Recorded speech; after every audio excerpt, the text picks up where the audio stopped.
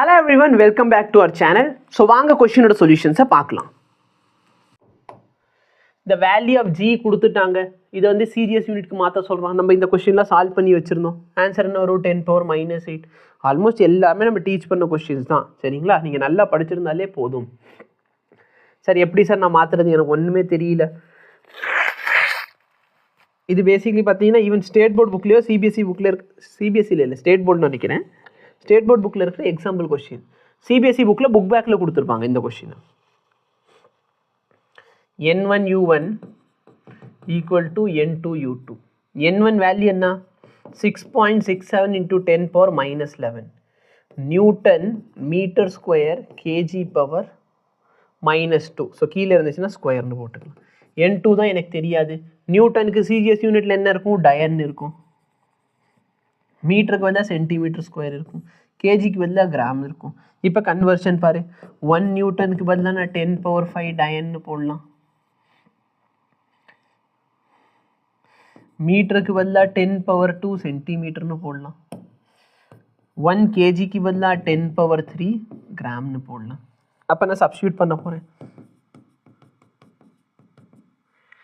நியூட்டனுக்கு பதிலாக 10⁻5 போட்டால் டயன் ஆயிருமா? அந்த டயன் கேன்சல்.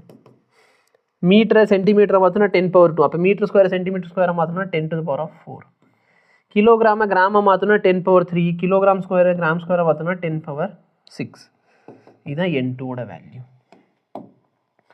இதை சிம்பிளிஃபை பண்ணுறேன்னு சொன்னால் இது கேன்சல் பண்ணால் 10⁻2 வருமா? இது கேன்சல் பண்ணால் 10⁻3.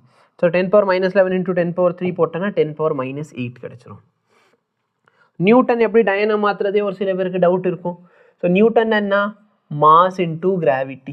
கரெக்டாக பேசிக்லி ஃபோர்ஸோட டெஃபினேஷன் இல்லைனா F is equal to mAன்னு எழுதிடுவோம். அப்போ முன்னாடி காலத்து யூனிட்டில் மாஸை வந்து கிலோகிராமில் மெஷர் பண்ணாங்க. ஸோ நல்லா பாரு, நியூட்டனை தான் நான் இப்படி பிரித்து எழுதுறேன். 1 நியூட்டனை எப்படி எழுதலாம்? 1 கிலோகிராம். ஆக்சலரேஷன் எப்படி எழுதலாம்? மீட்டர்/செகண்ட்². பழைய காலத்து யூனிட்டில் எனக்கு என்னன்னு தெரியாது. கிலோகிராமுக்கு பதிலாக பழைய காலம் இந்த கிராமில் இருந்துச்சு, மீட்டருக்கு பதிலாக சென்டிமீட்டர். இதை தான் நம்ம டயன்னு சொல்லுவோம். சரியா? இது மொத்தமாக டயன், இது மொத்தமாக நியூட்டன். ஸோ நியூட்டனுக்கும் டயனுக்கு என்ன ரிலேஷன்ஷிப் தான் காட்டுறேன். டைரெக்டாக தெரிஞ்ச ஞாபகம் வச்சுக்கோ. கிலோகிராமை கிராம மாற்றணும் 10⁻3.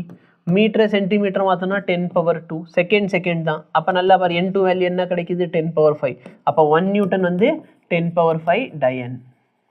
இப்போ நீங்கள் பார்த்த சொல்யூஷனை பெரிய லாங் வீடியோலேருந்து நாங்கள் கிளிப்பாக எடுத்து போட்டிருப்போம். ஸோ மேபி உங்களுக்கு புரியல அப்படின்னா எங்களுக்கு கமெண்ட் பண்ணுங்கள். நாங்கள் கண்டிப்பாக இந்த வீடியோக்கு ஒரு டெடிகேட்டான சொல்யூஷனும் கொடுக்குறோம். ஓகேவா? இதில் புரிஞ்சிடுச்சுன்னா வீடியோவை லைக் பண்ணுங்கள், மற்றவங்களுக்கும் ஷேர் பண்ண முடிஞ்சால் ஷேர் பண்ணுங்கள். தேங்க்யூ.